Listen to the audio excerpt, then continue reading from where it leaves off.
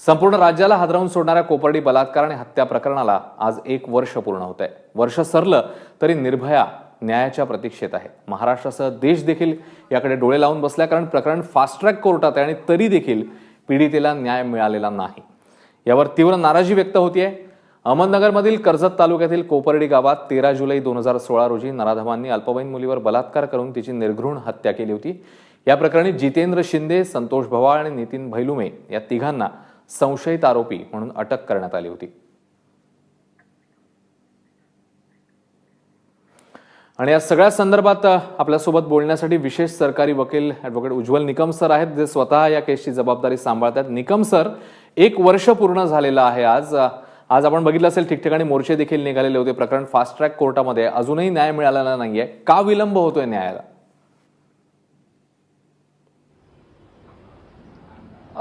स्पष्ट सांगायचं म्हणजे न्यायाला विलंब होत आहे हे म्हणणं अत्यंत चुकीचं आहे आणि गैरसमजुतीवरती आधारित आहे। बरं, कारण असं आहे की जरी या घटनेला 1 वर्ष पूर्ण झालं असलं तरी हा खटला ज्या बालकांच्या वरती अत्याचार होता त्या विशेष न्यायालयात हा खटला चाललेला आहे। या खटल्याचं आरोपपत्र दाखल झाल्यानंतर पहिला साक्षीदार सरकारतर्फे 20 डिसेंबर 2016 ला तपासण्यात आला आणि शेवटचा साक्षीदार हा 24 मे 2017 ला तपासण्यात आला। म्हणजे आम्ही 5 महिन्याच्या कालावधीमध्ये एकूण 31 साक्षीदार तपासले। या दरम्यान आरोपींनी वकील लावणं, बचावाचे साक्षीदार तपासणीची मागणी करणं, न्यायालयाने त्यांची विनंती मान्य करणं, कारण नैसर्गिक न्यायदान तत्व फक्त सरकारी पक्षाला नाही तर आरोपींनाही द्यावं लागतं आणि म्हणून दोन्ही बाजूंची विचार घेताना हे काम अतिशय अंतिम टप्प्यात आलेलं आहे। खरं म्हणजे आता 10 जुलैलाच बचावाच्या साक्षीदारांचा अर्ज फेटाळल्यानंतर युक्तिवादाला प्रारंभ होणार होता, परंतु आरोपींच्या वकिलांनी परत मुदत मागितली की आम्हाला उच्च न्यायालयात जायचंय, त्यामुळे न्यायालयाची मुदत द्यावी लागली आणि म्हणून 24 जुलैला या अंतिम युक्तिवादास कदाचित प्रारंभ होण्याची शक्यता आहे। आणि त्याच्यामुळे हा खटला आपल्याला जरी सकृतदर्शनी वाटला असला की 1 वर्ष झालेला आहे, तर कारण आरोपींची उलट तपासणी, आरोपींच्या वकिलांची उलट तपासणी, सरकारी साक्षीदाराचे पुरावे, डॉक्टरांची साक्ष, हा सगळा विचार करताना माझ्या मते हा वेळ अजिबात या खटल्याच्या सुनावणीला झाला नाही। हा अंतिम टप्प्यात आलेला आहे। आम्ही मे 2017लाच म्हणजे 24 मे 2017लाच खटल्याचं कामकाज संपवलेलं आहे आणि लवकर निकाल लागेल अशी आपण अपेक्षा करूया।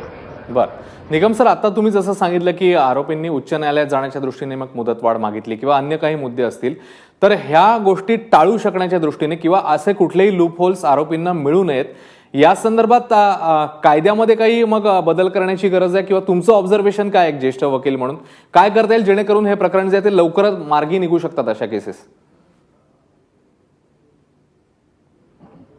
नाही, असे खटल्यांचा निकाल लवकर लागला पाहिजे हे सगळ्यांनाच मान्य आहे, त्याबद्दल काही शंकाच नाही। परंतु आरोपींना देखील एक संधी असते की त्यांच्या बचावाकरता त्यांना काही साक्षीदार तपासायचे, उलट तपासणी असेल, परंतु अशा खटल्यांचा निपटारा लवकर झाला पाहिजे या आपल्या मताशी मी देखील सहमत आहे। आता आमच्या या खटल्या संपूर्ण विशेषतः जे संवेदनशील खटले असतील, बलात्कारित असतील, स्त्रियांच्या अत्याचारांवर खटले असतील, याच्यामध्ये सरकार पक्षाला जी सरतपासणी घ्यावी लागते तिच्या ऐवजी ऍफिडेव्हिट वरती पुरावा दिला तर आपल्याला त्या वेळेची बचत करता येईल। आता कायद्यानुसार ह्या अशा गंभीर स्वरूपाचे सेशन खटले दररोज चालले पाहिजेत असा नियम आहे, कायदा सांगतो, परंतु असं प्रत्यक्षात होत नाही, कारण आरोपींच्या वकिलांचं कार्यबाहुल्यामुळे त्यांना वेळ मिळणं, त्याचप्रमाणे न्यायालयाला इतर खटले देखील चालवायचे असतात, या सगळ्यांचं ताळमेळ बघता हे होत नाही आणि म्हणून मला असं वाटतं की आपल्याला कायद्यात काही प्रकारच्या सुधारणा करणं आवश्यक आहे। अनावश्यक जे मुदती घेत असतील त्यांच्यावरती एक दंड हा ठोठवला पाहिजे, पहिली गोष्ट। म्हणजे या खटल्यात देखील झालं की सरकारी साक्षीदार आल्यानंतर देखील आरोपींचे वकील गैरहजर राहिले आणि म्हणून न्यायालयाने 18,000 रुपयाचा खर्च त्या डॉक्टरांचा त्या आरोपी 2 कडे वसूल करण्याचा आदेश देखील पारित केला। अर्थात आरोपी 2 ने पैसे भरले नाहीत आणि म्हणून न्यायालयाला जिल्हाधिकाऱ्यांमार्फत एरियर्स ऑफ लँड रेव्हेन्यू म्हणून वसूल करा असा आदेश पारित करावा आणि म्हणून हे सगळं विचारात घेताना आपल्याला कायद्यामध्ये काही गोष्टींच्या सुधारणा करणं आवश्यक ठरतं असं माझं मत आहे. पहिली सुधारणा अशी असली पाहिजे की सरतपासणीचे जो वेळ लागतो तो वाचवण्याकरता ऍफिडेव्हिटवरती पुरावा घेणं आणि उलट तपासणीसाठी साक्षीदाराला न्यायालयात हजर ठेवणं, म्हणजे सरतपासणीचा वेळ वाचला जाईल. दुसरी महत्वाची गोष्ट म्हणजे असे संवेदनशील खटले हे दररोजच्या दररोज चालले पाहिजेत न्यायालयात, आणि म्हणून न्यायालयाने याला अग्रक्रमाने वेळ दिला गेला पाहिजे. आणि याच्याकरता आपल्याला इन्फ्रास्ट्रक्चर वाढवायला हवं. आणखी न्यायाधीशांची नेमणूक करणं हे गरजेचं ठरतं, कारण एका न्यायाधीशाकडे आम्ही फास्ट ट्रॅक कोर्ट म्हणतो, परंतु ही फास्ट ट्रॅक कोर्ट वास्तवात हे फास्ट राहू शकत नाही, कारण त्यांच्याकडे एवढं फास्ट कोर्टाचं काम तुंबलेलं असतं की स्लो ट्रॅक कोर्ट चालत असतात.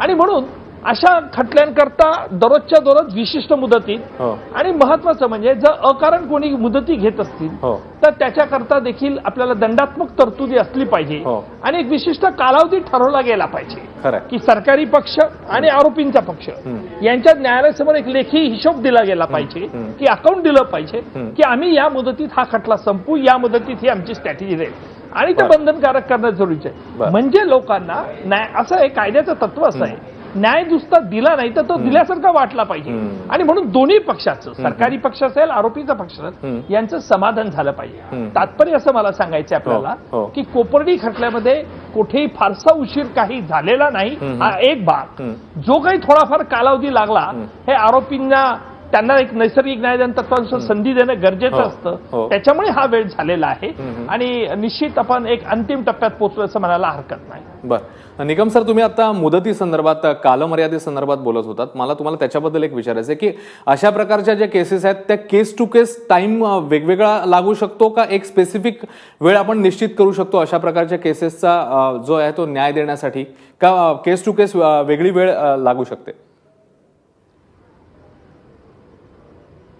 नाही, असं आहे की जे साधारण जे असे प्रत्येक अर्थात खून हा गंभीर स्वरूपाचा खून असतो, प्रत्येक खून हा विकृत स्वरूपाचा असतो असं मी म्हणेल, परंतु असे काही गुन्हे असतात की ज्यांचा संपूर्ण समाज मनावरती परिणाम होत असतो, आणि मग कायद्याविषयी भीती उत्पन्न करणं आणि कायद्याने कठोर शासन जर होत नसेल तर गुन्हेगाराला खास सवलत मिळते का काय, अशी देखील एक लोकात सार्वत्रिक भावना होते. आणि म्हणून अशा प्रकारचे जे गुन्हे असतील, विशेषतः त्याबद्दल संदर्भातले खटले हे विशिष्ट मुदतीत आले पाहिजे. विशेषतः स्त्रियांच्या अत्याचारावरील खटले असतील, विशेषतः दहशतवाद्यांचे खटले असतील, त्याचप्रमाणे जे एक ज्याला मी असं म्हणेल की ऑर्गनाइज क्राईम जिथे असतील, अशा प्रकारच्या खटल्यांना एक विशिष्ट मुदत ठरवणं आज ही काळाची गरज आहे. आणि त्याचबरोबर जे इन्फ्रास्ट्रक्चर आहे, म्हणजे न्यायाधीश अधिक नेमणं, त्याचप्रमाणे त्यांच्याकरता जे साधन समुद्री लागत असते ज्याला इन्फ्रास्ट्रक्चर लॉजिस्टिकल सपोर्ट असतो, हा देखील पुरवणं, हा एक या सगळ्या गोष्टींचा अंतर्भाव असलं पाहिजे. निकम सर, या खटल्याबद्दल पुन्हा एकदा आपण जर बोललो तर तुम्ही जसं सांगताय की शेवटच्या टप्प्यामध्ये आहे खटला, आतापर्यंतची झालेली प्रक्रिया आणि इथून पुढे नेमके कोणकोणते मुद्दे स्पेसिफिक बाकी आहेत जेणेकरून आपण न्यायापर्यंत पोहोचू शकू, तो नेमका टप्पा येण्याच्या दृष्टीने आता आणखी काय काय बाकी आहे? मग आता या खटल्यातील जवळजवळ सगळं पुराव्याचं काम संपलेलं आहे. बरं. आणि आरोपींचे जबाब देखील झालेले आहेत. आता फक्त युक्तिवाद, हा दोन्ही पक्षांचा युक्तिवाद, सरकारी पक्षाचा युक्तिवाद आणि आरोपींचा युक्तिवाद, आणि त्यानंतर न्यायाधीशांना त्या युक्तिवाद ऐकून कागदपत्रांचा अभ्यास करून पुराव्याचा अभ्यास करून न्यायाधीशांना निकाल द्यायला वेळ लागेल, तेवढाच तो वेळ लागेल. अर्थात याच्यामध्ये आता आरोपींनी एक बचावाचे साक्षीदार म्हणून तपासायचा जो अर्ज दिलाय त्याच्यावरती उच्च न्यायालयात ते जातील की नाही मला माहित नाही, पण त्यावरती काय जो निकाल लागेल त्याच्यानंतर सत्र न्यायालयामध्ये या खटल्याचं काम लवकर सुरू होईल. आणि मला वाटतं आता 24 जुलै ही सत्र न्यायालयाने अहमदनगरच्या तारीख दिलेली आहे, आणि त्या मानाने या सत्र न्यायालयाने इतर खटले असून देखील या खटल्याचं काम तेवढ्याच द्रुतगतीने चाललं आहे असं मी ठामपणे म्हणतो. बरं, पण मग जसं तुम्ही म्हणताय की आपण काम द्रुतगतीने घेतो आणि 24 जुलै तारीख आलेली आहे, इथून पुढचे जे टप्पे आहेत त्याला तुम्ही काही विशिष्ट कालमर्यादा तुमच्या डोक्यात आहे की अमुक एक दिवसांमध्ये हे झालं पाहिजे आणि न्याय हा मिळालाच पाहिजे? कारण जसं तुम्ही म्हणताय की शेवटच्या टप्प्यात आहोत आपण, इथून पुढे किती दिवस लागू शकतात साधारण?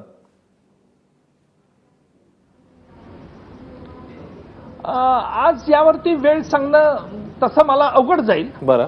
कारण असं आहे की आता युक्तिवादालाच प्रारंभ करायचा आहे दोन्ही पक्षांचा.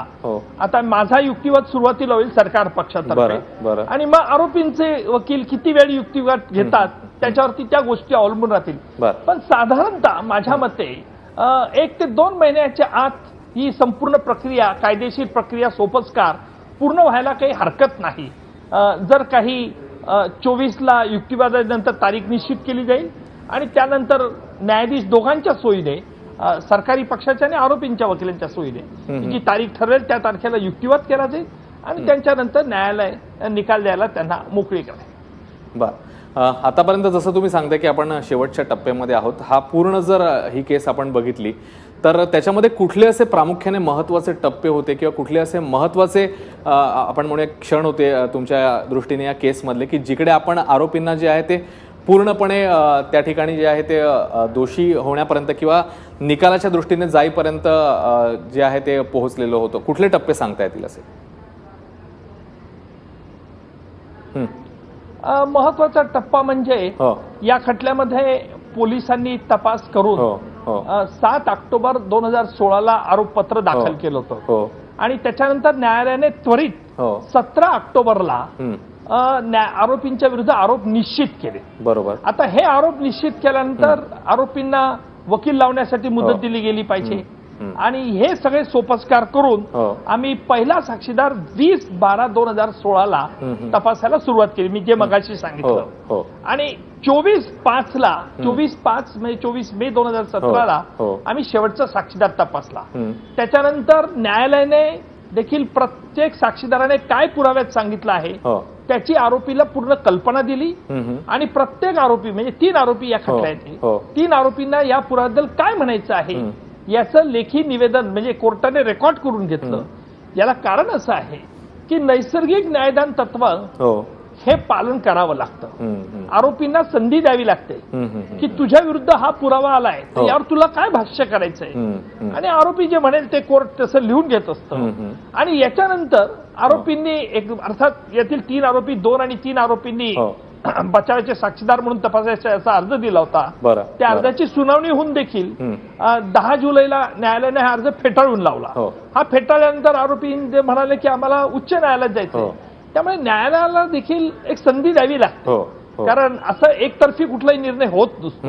तुम्हाला एक नैसर्गिक न्यायदान तत्व म्हणून तुम्हाला एक संधी दिली गेली आहे. आता त्या संधीत ते उच्च न्यायालयात जातात की नाही जात हा यात आपल्याला कळेलच थोड्या दिवसात. निश्चित. आणि जसं तुम्ही सांगताय की 24 जुलै नंतर आपल्याला या खटल्याचा जो आहे तो पुढचा टप्पा आपल्याला बघायला मिळेल.